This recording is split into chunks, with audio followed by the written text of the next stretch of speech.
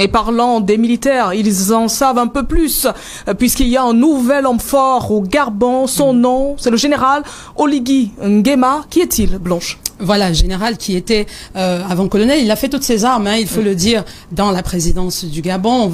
Il a gravi les échelons, fils également d'un militaire qui a travaillé dans la GR, qui est la garde républicaine. Et donc lui, il a longtemps été au Maroc, qu'il a toujours considéré, bien sûr, comme s'il était un peu mis en exil. Il a travaillé là-bas, dans les services de renseignement. Et après, il revient au Gabon, après l'accident vasculaire cérébral du président Ali à Riyad, en Arabie Saoudite. C'est comme ça qu'il revient dans les services de renseignement. Et quelque temps après, il est nommé à la tête de la direction générale, la DGSS, donc la direction générale de la sécurité et de la surveillance, si je ne me trompe, des services, voilà, des services de sécurité.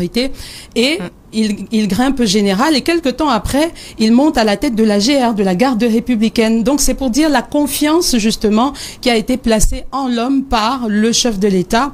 Et récemment, il fait une réforme justement qui tend à renforcer la sécurité autour du chef de l'État avec près de 300 hommes. Vous avez des gens qui sont formés vraiment des tireurs d'élite. Donc est-ce qu'il préparait déjà quelque peu le terrain, mais en entrant, comme on dit, je t'embrasse pour mieux t'étouffer?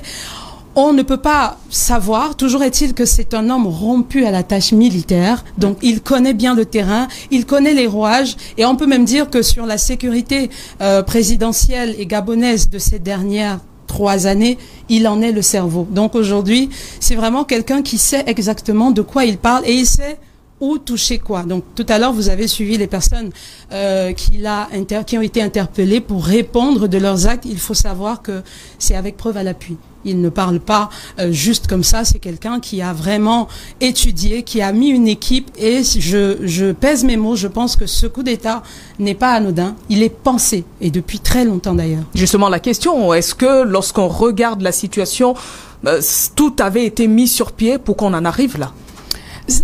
J'ai une pensée vraiment qui est personnelle à moi. Il faut dire qu'après son AVC, le président Ali a montré quelques signes de faiblesse et de lassitude. Pour nous qui étions à l'intérieur à l'époque, on a senti un président qui avait peut-être envie quelque part de se détacher, mais qui semblait un peu pris en otage par les proches, par des gens qui ne voulaient pas qu'il laisse le pouvoir pour ce que ça leur servait. Et donc, est-ce que finalement, en appelant le général Nguema auprès de lui, il n'a pas quelque part lui-même ouvert la voie à ce qui se passe? Toujours est-il que quand vous regardez, c'est à la présidence que ça se passe. La chaîne Gabon 24, qui pour moi est le signe fort de ce coup d'État, elle est située à l'intérieur de la présidence de la République, au sous-sol même de la présidence de la République, et donc avec autonomie en termes d'émetteurs, en termes de... Donc, pour réussir à prendre cela, il faudrait que ça soit fait de l'intérieur.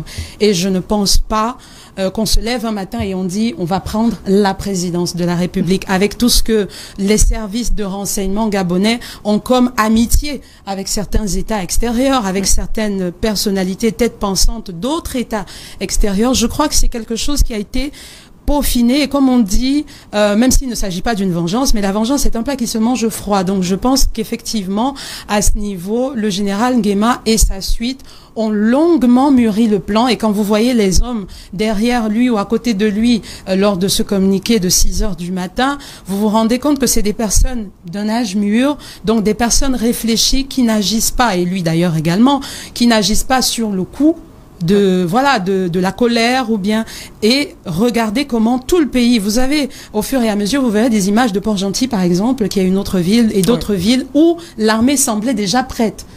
Toutes choses qui me font croire que c'est un coup d'État qui a été préparé, longuement réfléchi, et qui serait à prendre très au sérieux. Merci Blanche Bidga. Nous suivons d'ailleurs cette actualité au Gabon.